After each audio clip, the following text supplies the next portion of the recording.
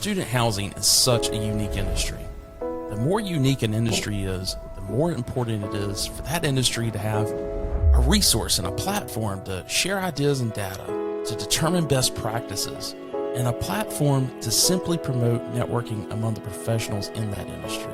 That's what we are setting out to provide with Student Housing Insight. Well, what's even more unique about the student housing industry is how unique those professionals are.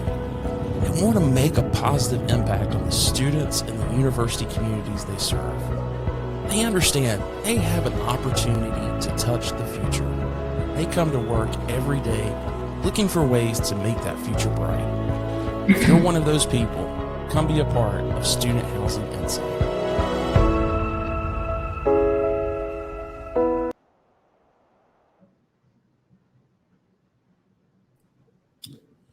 Well, hello, everyone. Welcome to ShopTalk for April 18th, 2023. Hope everyone is doing well.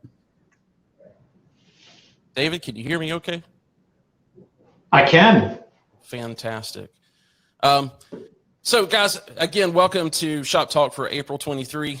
We will go through a couple of quick house cleaning items here to make sure everyone knows how this kind of operates. So just to let you know, over on the right-hand side of the platform that we're using, you'll see a section there where we've got a lot of chat. So if there's anything that you would like to say to the group, make sure that you put it there. This is also a great place for you guys to put in any questions that you have for our panelists. So if you will, instead of hitting on that chat area, actually go to the Q&A and put that there. That way I know exactly where our questions are at and can go to those pretty quickly. You can also request to speak. We want to make sure that this is interactive as possible. And so if there's something that you actually want to come on and actually ask our panelists, you can go there as well and go through a couple of audio and video things before you come on, and then we'll get you up on the virtual stage.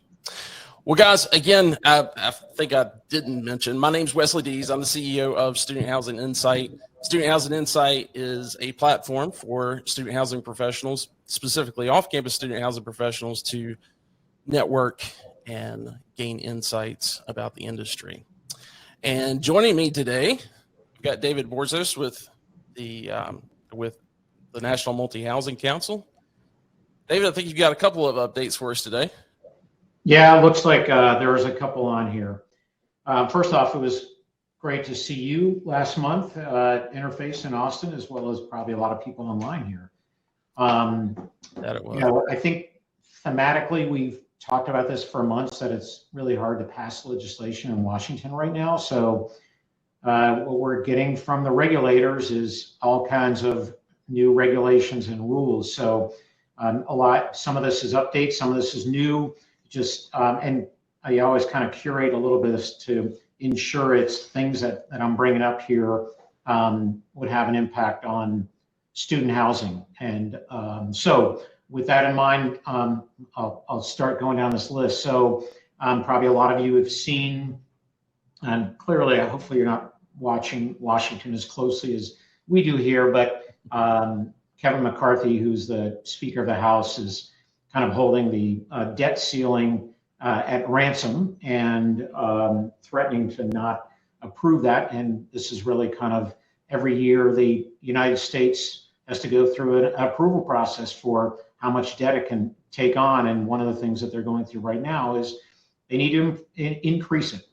He's even visited Wall Street in terms of trying to sell what he's doing. But the last time this kind of went even further was a pretty negative impact on the financial market. So we clearly are really interested in this, and hopefully there's some sense talked into them as well in terms of this actually needs to get passed, because we've had some upheaval in the financial sectors, which I'll talk about next, and we just don't need another one. So stay tuned on that one. That is more important than you may think it is.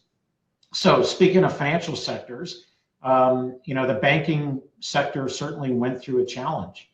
And, there was as everybody has certainly read, a number of the smaller and middle size, and even though Silicon was a larger bank, failed. There was a lot of action that the Fed and Treasury had to take to calm the markets down, but the kind of what's happening as a residual from that is that the liquidity, everybody kind of moving their money because they can pick up their phone and move their money, has died down a little bit. Where the bigger risk and where people are more concerned right now is that there's a lot of commercial real estate loans that are coming due, and certainly if you look at most offices, they're not very well occupied, and so there's some concern there in terms of what impact may occur to banks that are exposed to office and some retail loans. Nothing to do with multifamily, nothing to do with student housing, but the outcome may be a decrease in the amount of capital available for some of the things that our industry might want to do. One of the other things that we've mentioned in the past is the White House issued a number of months ago the Residents' Bill of Rights, and among the things they were asking a number of agencies to do were to kind of look at and investigate that. So last week, FHFA invited NMHC, and we took a number of our members who have large servicing portfolios to talk about, what impacts would occur if they were to try and overlay some form of federal requirements on that would be subject to being able to get a loan from Fannie or Freddie. And again, our industry accesses that. So, we've spent a considerable amount of time talking to them before this meeting, and we will follow up with this meeting because we want to ensure that they understand that the industry is really bound by state and local laws, and to add additional federal ones on top, certainly not a great situation. Another one of the outcomes of the White House blueprint, they asked the FTC, Federal Trade Commission, and the Consumer Financial Protection Bureau to conduct an outreach on understanding background screening and its impact on accessing. And again, our industry certainly uses that in terms of who we ultimately get into come into our property. So it's a letter that we're going to be commenting on. I think the initial things for both the FHFA and this particular effort are more information gathering, but doesn't mean that they won't look at enacting something at some point in the future. And for those of you who are looking for new appliances in your units, et cetera, the Department of Energy has been on a run here and has issued a number of appliance efficiency rules, as mundane as stovetops and things of that nature. But all of those have an impact on the type of products that we put into our units. And so, again, it's something we pay a lot of attention to. And last, from those of you who are, you already know you're in a floodplain, but there was a Water of the United States ruling that's been kicked around for a number of years, and this one is got signed into law.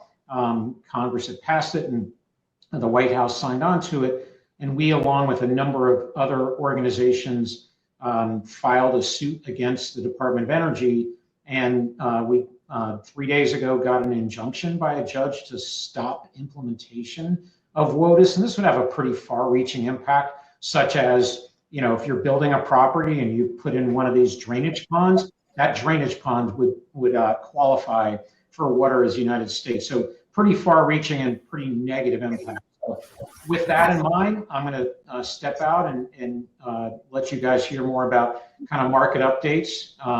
Charlie, I'm disappointed to see you don't have a collared shirt on, my friend, but you knew I was going to call you out on that. I knew you were. I knew you were, and I didn't wear a collared shirt just because. I got my white T-shirt here for you. Don't worry. All right. All right, Wes, thank you very much for the opportunity to chat with everybody. Happy to take any questions if there are any. Thank you so much, David. Yeah, I'm not seeing any questions come up just yet, but that is on the water rights thing. You sent that to me yesterday, and I had to do a little bit of research on it. So kind of interesting how that's playing out. All right. Well, guys, I've got a couple of announcements I want to make before we bring our next group on. And I believe, let's see, we got one more we got to bring on here. First thing I wanted to make sure that everybody is aware of is tomorrow is the W Collective's first industry webinar. They're going to be doing that with a special guest, Allison Wellen. I'm hoping I'm saying that correctly. She's the co-founder and CEO of Parent. It's not Parently. I keep saying Parently, but it's Parentally. And they'll be going over a couple of things. And I believe Erica is actually in the chat. She could tell you a little bit more about it. I'm also going to push out, just so you can obviously take a picture of that, or point your phone at the QR code to get that link. And then I'm also going to put out an offer right now. Let's see. It's not what I want. Let's cancel that. Okay, you should be able to see that now. Now you should be able to. So that that specific offer that I set out will just give you a link that you can go ahead and automatically add that to your calendar. Also want to let you know about something that's coming up next month. In combination with UForest and College House, we haven't done this since 2021, but Student Housing Insight will be doing our How to Market and Lease New Developments webinar.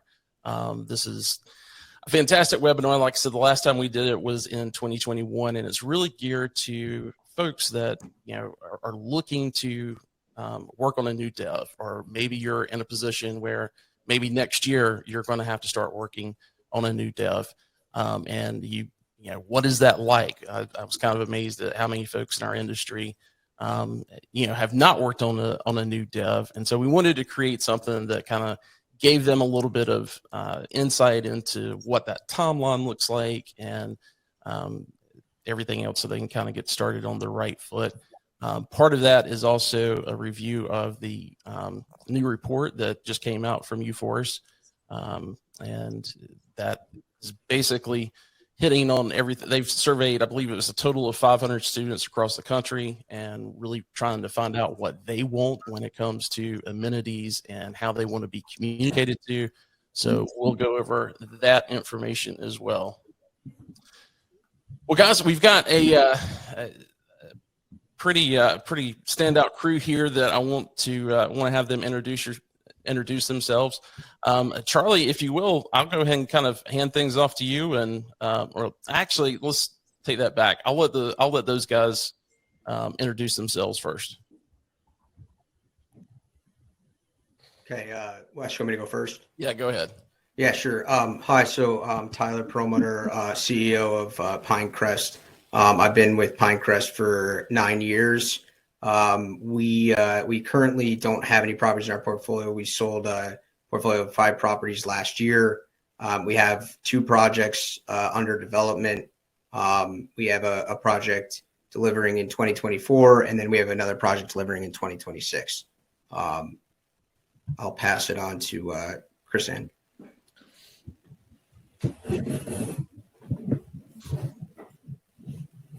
Hey, Chris Ann, you're muted. There we go. It happens to the best of us. Don't worry about it. Hi, I'm Chris Ann Kaiser. I'm the VP of Leasing and Marketing for Pierce Education Properties based out of San Diego. We currently have about 12 properties in our portfolio, with 3 in development, 2 for delivery this fall, 1 for next. We did a big sell-off right around COVID, so in a rebuilding phase, and I think that's it. I'll pass it off to the other Tyler. Yeah, nothing like having 2 Tylers on the call to get things confused. So my name is Tyler Kalchek. I'm the Director of Community Management for Core Spaces. Currently, we have operational portfolio of 35 communities. We have 10 communities that are under construction to be delivered in the next 2 years, 4 of which will be delivered in 2023, and 6 additional communities to be delivered in 2024.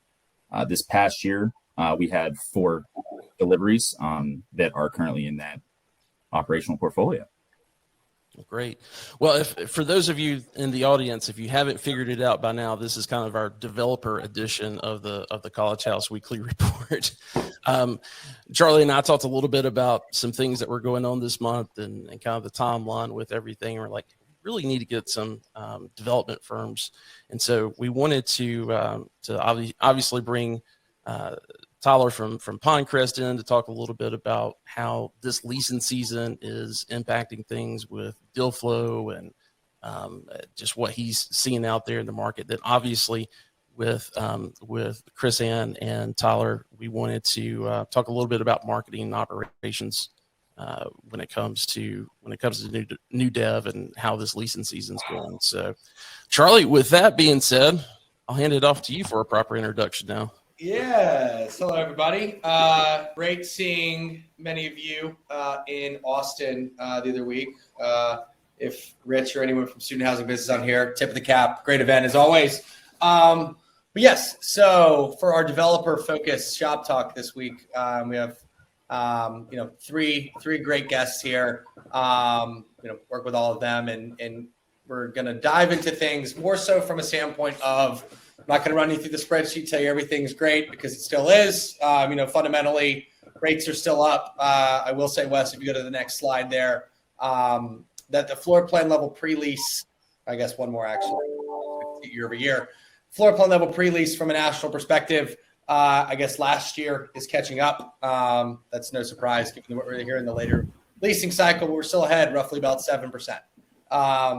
And one of the big things that we've seen here, and in our pre-call, we were talking about this, from a floor plan level, again, market specific, but I'm going to kind of pick on TP first, Tyler Perlmutter first. And, as you're looking at these deals, I know you mentioned you have nothing that's operational at the current time. Congrats on the sale last year as well, the previous portfolio. What's the mindset going into some of these markets and underwriting these deals, right? You've got high pre-lease growth, high rent growth.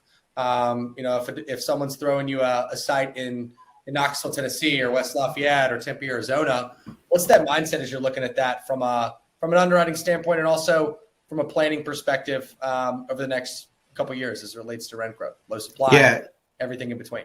Yeah, I mean, I think if you focus on rent growth, it's kind of crazy to actually see these numbers coming in. For some of us who have been most of us who have been in student housing before COVID, to think that you're getting double-digit rental growth on some of these units is just insane. I think for us, we're being very careful going forward, and we're not underwriting double-digit rental growth just to be on the safe side, because we still think there is some point of elasticity in the market where there's just a point where these students and they're just not going to hit those rents. So I think we're looking at what multifamily is doing, which is nowhere near double-digit rental growth. So, we're just being careful. I think we're still showing, expecting rental growth above the typical 3%, but, more closer to 5-6% compared to, 10-11% that we're actually seeing. There you go. Yeah. And it's funny, with the last almost 4 years now with what we're seeing. I mean, I get a lot of calls from a lot of groups that are seeing these strong fundamentals that are coming into the space and saying 20% rent growth in some of these markets. And, why is there no supply in here? And I said, because the city's evil, right? But for lack of a better word, it's an interesting time, especially with, I think the general theme the last 2 weeks ago in Austin was, hey, fundamentals are strong because enrollment in a lot of these tier one institutions are up. College House for your tier one markets, anything above 25%, we're seeing about 1.2, 1.3% rent growth or enrollment growth. So the big schools are getting bigger, and 1% off of 50,000 students is additional 500 kids coming in. So with these developments that you're looking at, it's no question that if you can get something done and you can operate it effectively, there's a lot of opportunity there. For someone who's re-entering the development game with Chris Ann over at Pierce Education, what's been kind of the change in mindset versus the stabilized inventory? I know you mentioned 3 new devs this year, maybe 1 or 2 more coming. How are you kind of handling that from a standpoint of, hey, team, things are looking good. We're in some undersupplied markets like a San Diego. How are you kind of addressing that on your end? Yeah, I mean, definitely the San Diego market pre-COVID to now, I don't think there's a bigger night and day. You were seeing concessions that were just insane. I think our first couple of years in, it wasn't unusual to see $1,000 gift cards at this point in the leasing cycle. And right now, there's pretty much no concessions in the market, save for a small gift card here and there.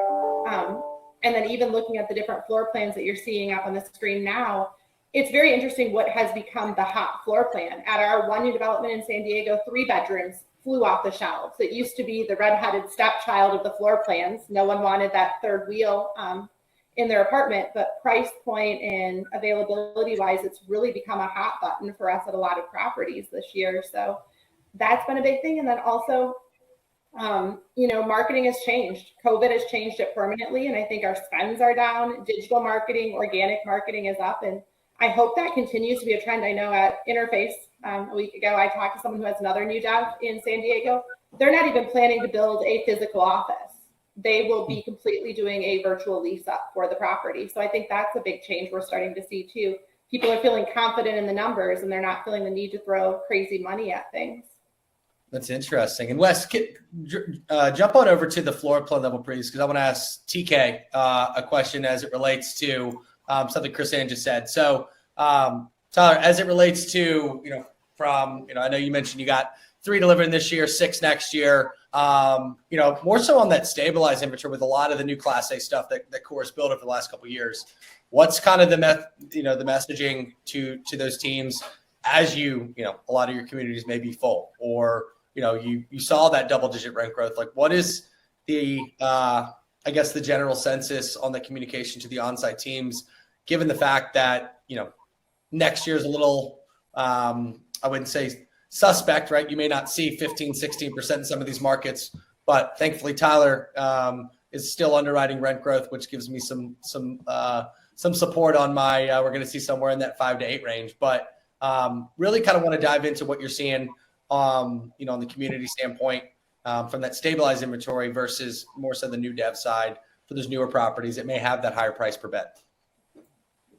Yeah, I think I think what the conversation is just making sure that you're doing the market research, right? Like, you're going to get out what you put in.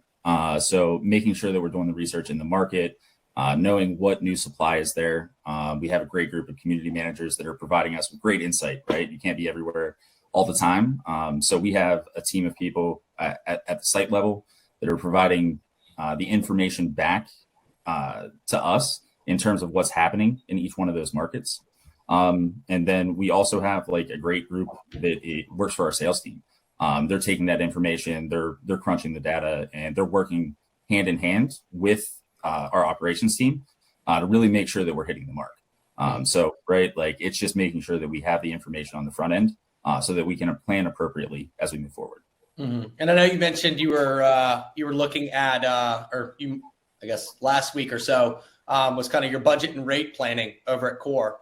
What's kind of the general consensus from an expense standpoint? I know Chris Ann mentioned, digital ads may be down, but that organic marketing may be up. What are you seeing from an expense standpoint that's really, I wouldn't say driving a lot of these rents, but, I wouldn't say necessarily forcing your hand either.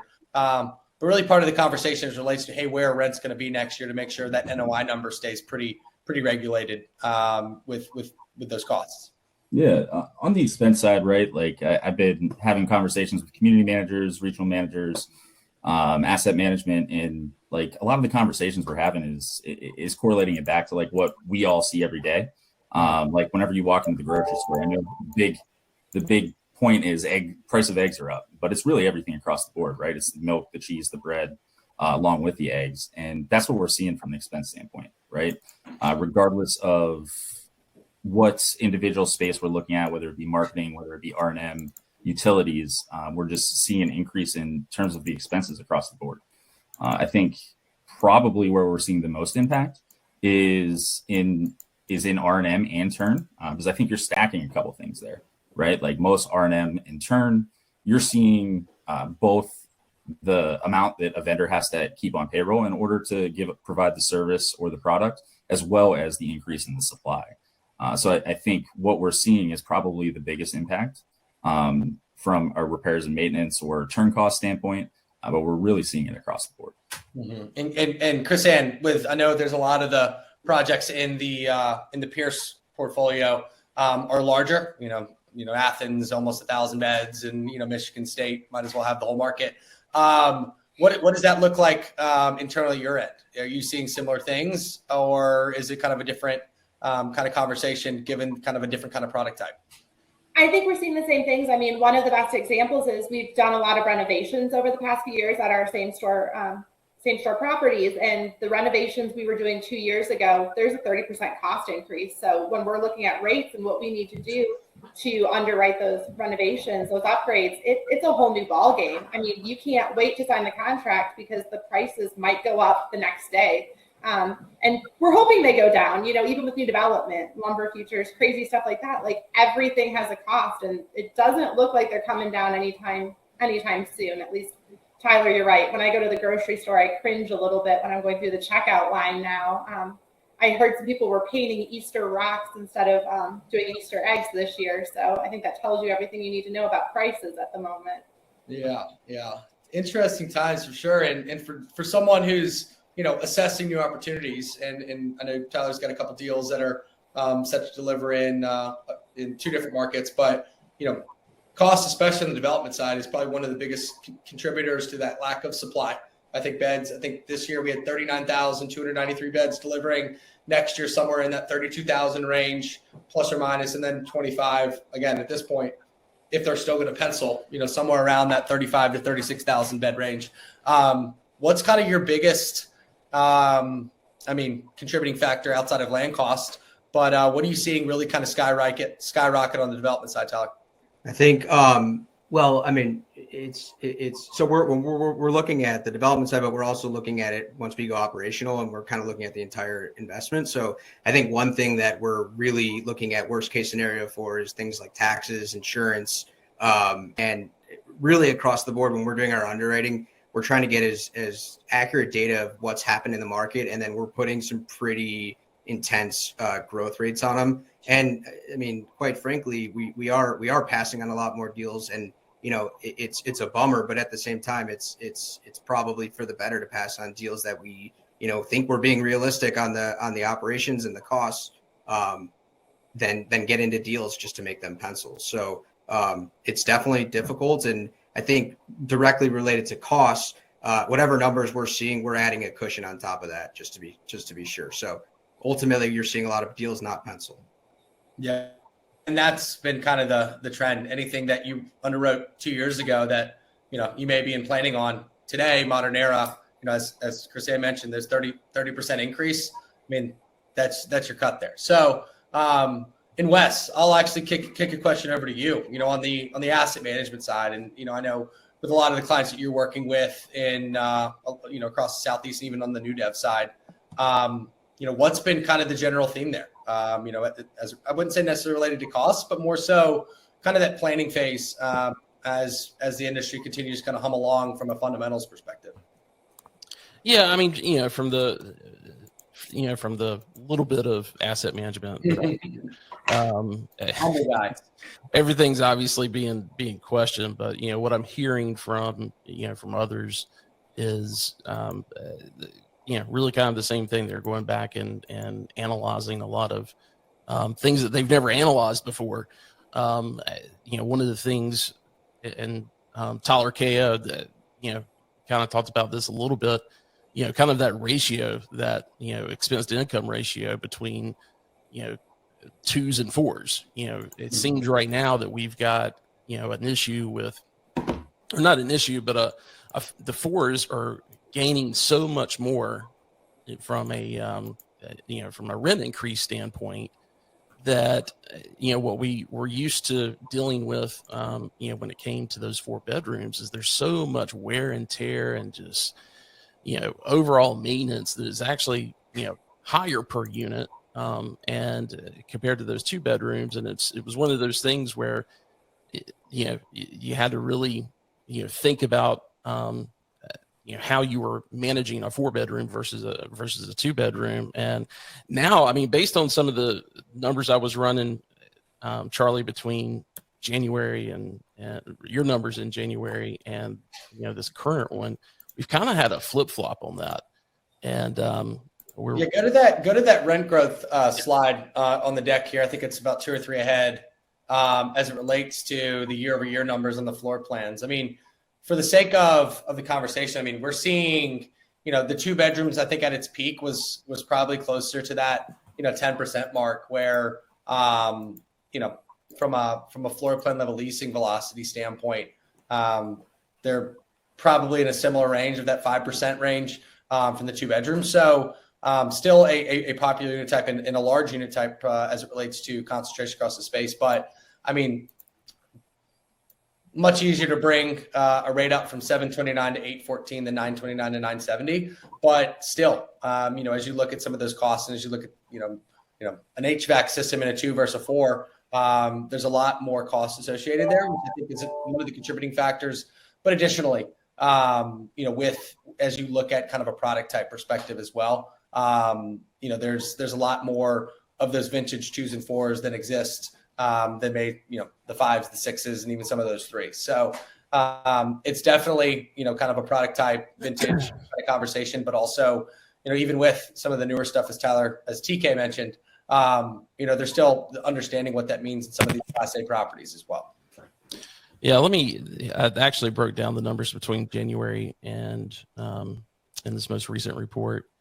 And so when you look at the year-over-year average rent growth on the 4-bedroom floor plans, and of course, a lot of that's going to, have a lot of 4x2s in it as well as 4x4s, right? That's fair. But those floor plans increased 11.7% compared to the 2-bedroom floor plan, only gaining 4.4%. And again, that's just, what are we talking about, 12 weeks? But, the 4s have leased up quicker this year compared to the 2s. So, these kind of being the national averages, you've got theoretically $340 per month more that's going to be coming in this next academic year on the 4-bedroom versus $82 per month more on the 2-bedroom units. So, I kind of throw that back to to our guests. Tyler, just thinking about that from future development standpoint, are you obviously it's a market by market situation, but are you more focused on these 4 bedrooms, 5 bedrooms, 6-bedroom units versus having a lot of 2s and 1s? Yeah, so I think you're asking me, right? It's Tyler. Yeah. Okay, just making sure. Yeah, so I mean, I think again, like you said at the beginning, and which I think is a common theme throughout all of this, is that it is market by market. Of course, we're looking at what's in the market, and I think the best survey you can take of what the students or what the residents in a specific market is just look at which floor plans are leasing up the fastest and at the highest rates.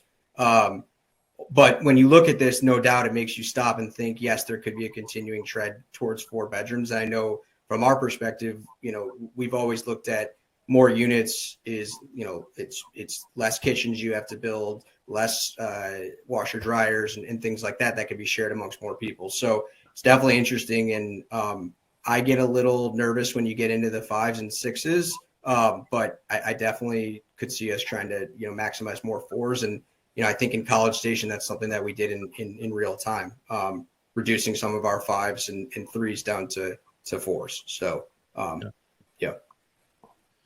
And Tyler K, to come back to that kind of income versus expense ratio that we were talking about.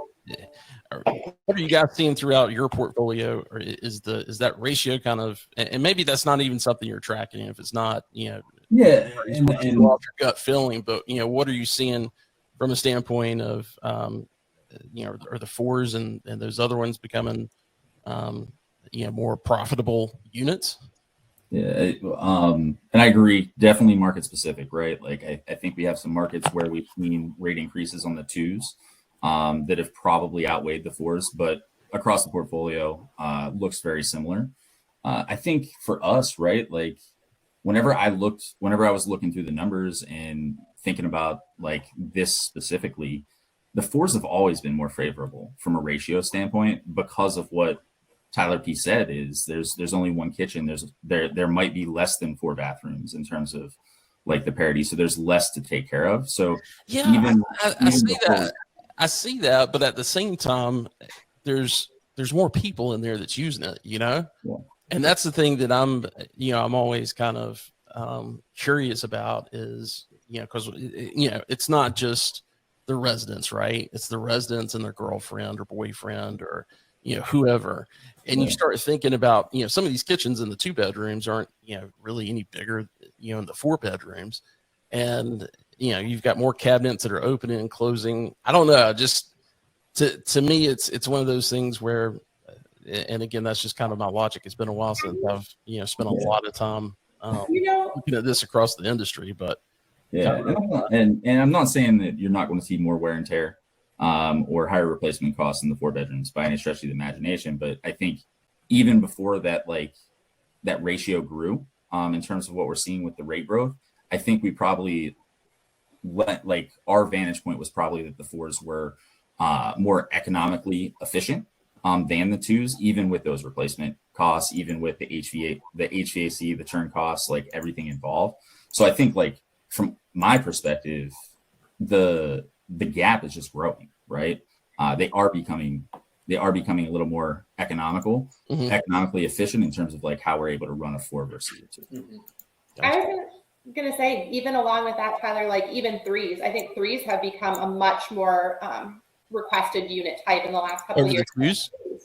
Yeah, because I think finances are playing a bigger part in some markets, again, very market specific, but I think for some people, we're kind of pricing them out of the 2s and they're going to the 3s and the 4s, especially if they have a private bathroom and a private bedroom. They're willing to have a few more roommates to save a little money to live at the property they want to live at. And I think that's really what it's come down to in some markets. But I was reviewing some market surveys today and looking at one market we're in. The huge incentives right now in that market are on the 4 bedrooms. In Columbia, South Carolina, looking around, they're offering $60 a month rent concessions at a couple properties on their 4 bedrooms and $10 a month on their 2s. So it's very market specific, because move out to San Diego, there's no concessions on 4s anywhere. Yeah, and it's a similar trend. Like you go to Gainesville, Florida, there's a lot of 2 bedrooms and 3 bedroom concessions where the 4 bedroom maybe on some of the newer stuff, but no, that's kind of the theme, right? Every market's a little different, but from a generality standpoint, there's kind of a shift changing, right? As Tyler's looking at things from a cost perspective on the new dev side, and Tyler Kalchik's looking at things from how do we continue to drive NOI growth as well as rent growth there. So, by the way, guys, I just put out a poll a moment ago. If you haven't seen it or voted in it, I'd love for you to do that. We've got a few so far that have voted on it, but in your market or in your portfolio, what floor plan group has leased the quickest? Right now it's a 3-way tie between studios, 1s and 5s. So I'd like to see some more voting on that to kind of get everybody's feedback, but and there it begins to change. Yeah. I will bet my money that 1s and studios are going to win this one, because I think several of our markets, they sold out on opening day of leasing. I mean, there's so few of them. So yeah, and it's a numbers game too, right? Like you're looking at less supply in those floor plans, and it's really a numbers game.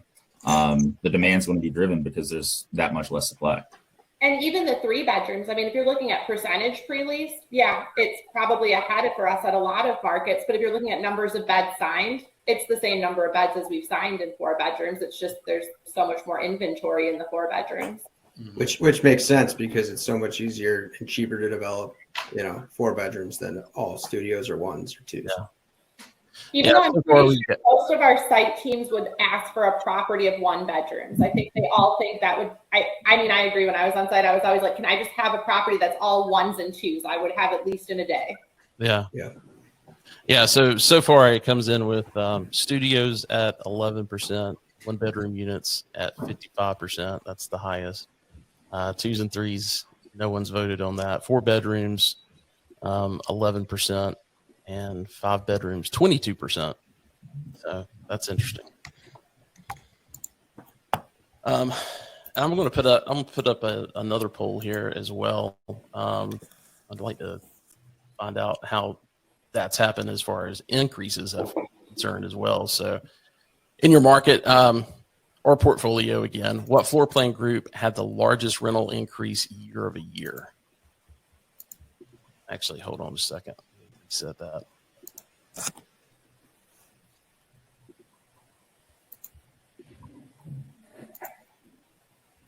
All right. Tyler, I think Charlie may have asked this a little bit earlier, but wanted to come back on it and talk a little bit about what you've been working on the past couple of weeks with budgets. And you mentioned on our prelim call that you guys are actually already talking about rates for fall of 24 and coming out of the gate pretty quick with that. Let's talk about maybe some of the markets that where you're seeing more than a 3% increase versus, it's going to be less than a 3% increase this coming year. Yeah, right. We're starting the preliminary conversations, like I talked about, kind of digging at the community teams and sales team digging in with all of that information that's very market specific.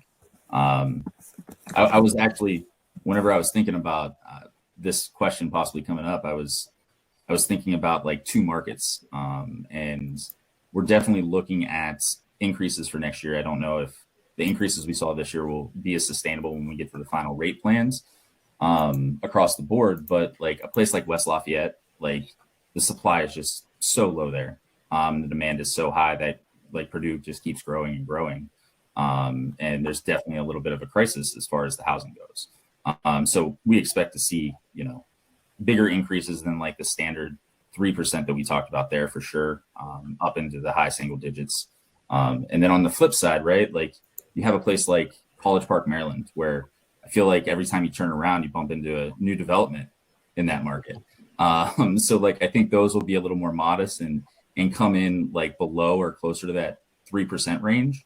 But yeah, it's really market specific across the country, and like can't speak enough for the amount of research that our community teams and the sales teams have done to get us to a point where we can to a jumping off point where we can kind of get into the rates conversation and get them finished up. Yeah. Chris, and kind of, along that same question, I mean, are you guys seen any markets that you're not going to be able to get that big bump like we did this past year as far as something over 3 or 4%? Yeah, I mean, I think I was talking a little bit earlier, Columbia, South Carolina is one of the few markets where I'm really seeing concessions from a lot of the properties across the board. So I would say that's probably going to be a little lower of an increase there, especially because there's a lot of development. And then we have markets like Bloomington where the property was full by Thanksgiving, and obviously we probably missed the boat on some rent increases there, just because of how quickly it leased up. Gotcha. And talk to me a little bit about, and this is going back to Tyler K. Tell me a little bit about the expense side and where you talked a little bit about the everything's kind of increasing, but on the expense side, is there anything specific that you're kind of seeing with your stabilized assets that are seeing some kind of significant bump, or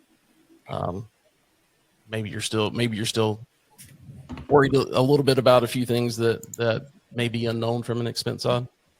Yeah, I think R&M is really where the main focus is right now. Like I said, I think everything's kind of going up across the board, but R&M, whenever you start to stack those things with supply and labor, it just kind of gets interesting. Turn is definitely a point. So like, I'm a few budget calls in, still review, have a lot more to review. But turn's always going to be like the big one for me. Like, what are the vendors going to do from a bid standpoint in each individual market? I know that we have our few markets where we operate where the expenses are just lower from a turn standpoint, but you get up into the Northeast or some of those West Coast markets, like you never really know what you're going to get until you take a look at the bids and get them back. I also think utilities are really interesting in terms of like how they're going up this year. I saw a couple of the property budgets that I was really surprised in terms of the utility increases. that we're seeing. And I mean, obviously, a good portion of that's charged back to the to the residents. Is there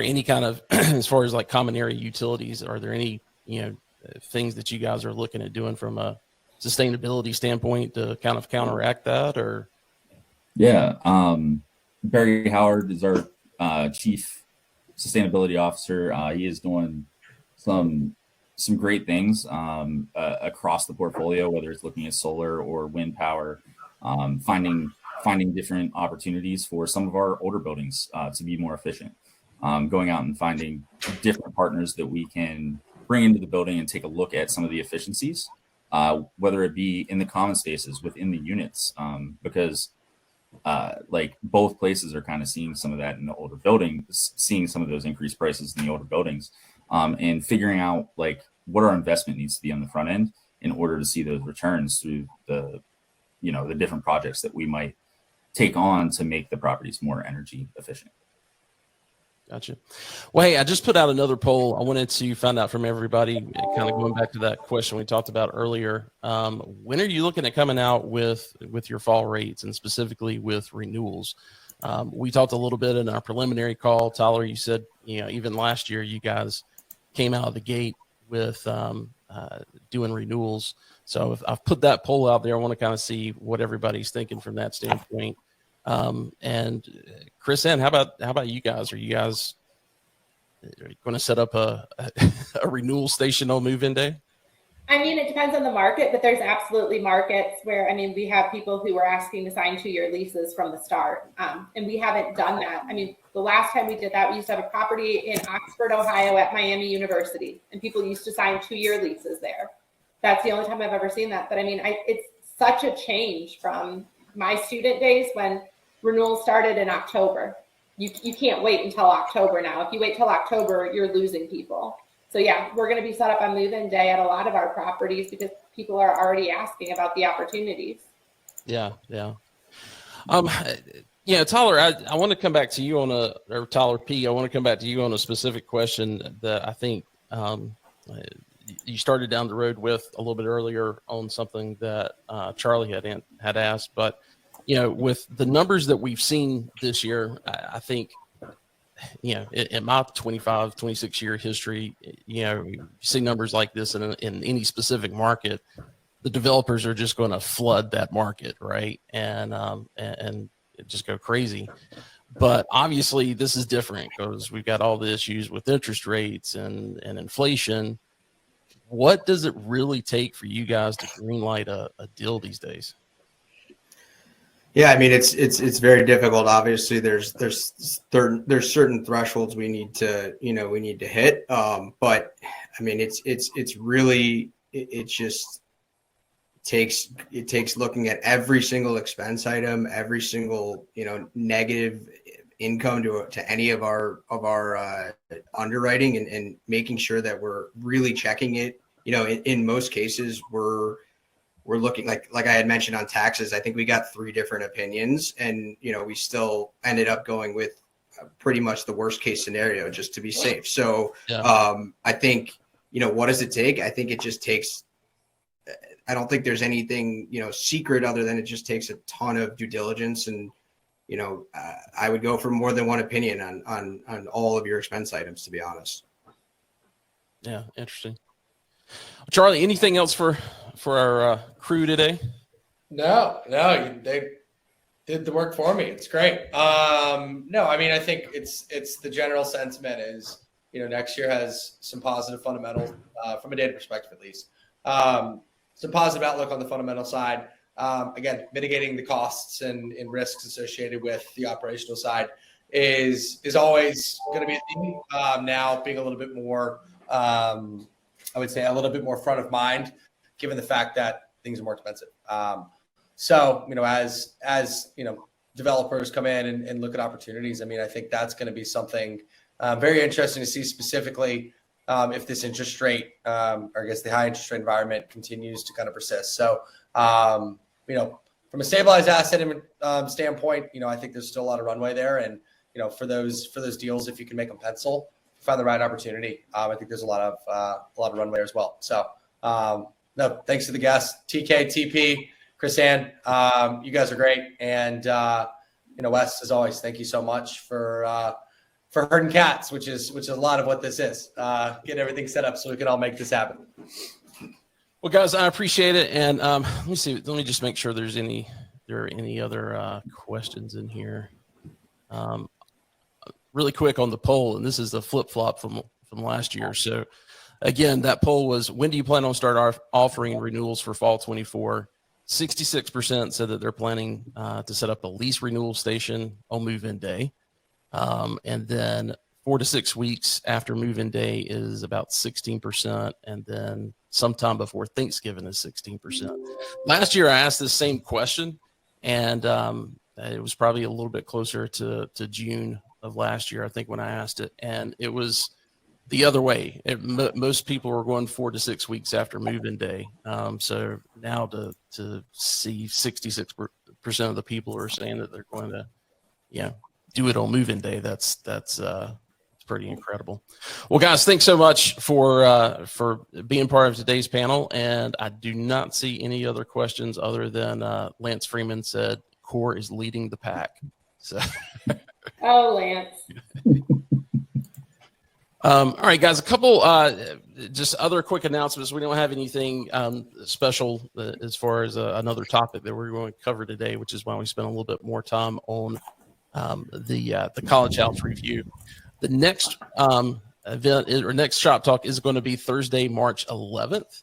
A couple of things I wanted to tell you guys about in particular for that. Try to get as many as your coworkers and colleagues on that one. We're going to be spending some time with the College Student Mental Wellness Advocacy Coalition that was launched last year. And of course, I think most of the companies that are represented here in our audience are members of that. And again, that's in conjunction with the How Are You project in Austin, Texas.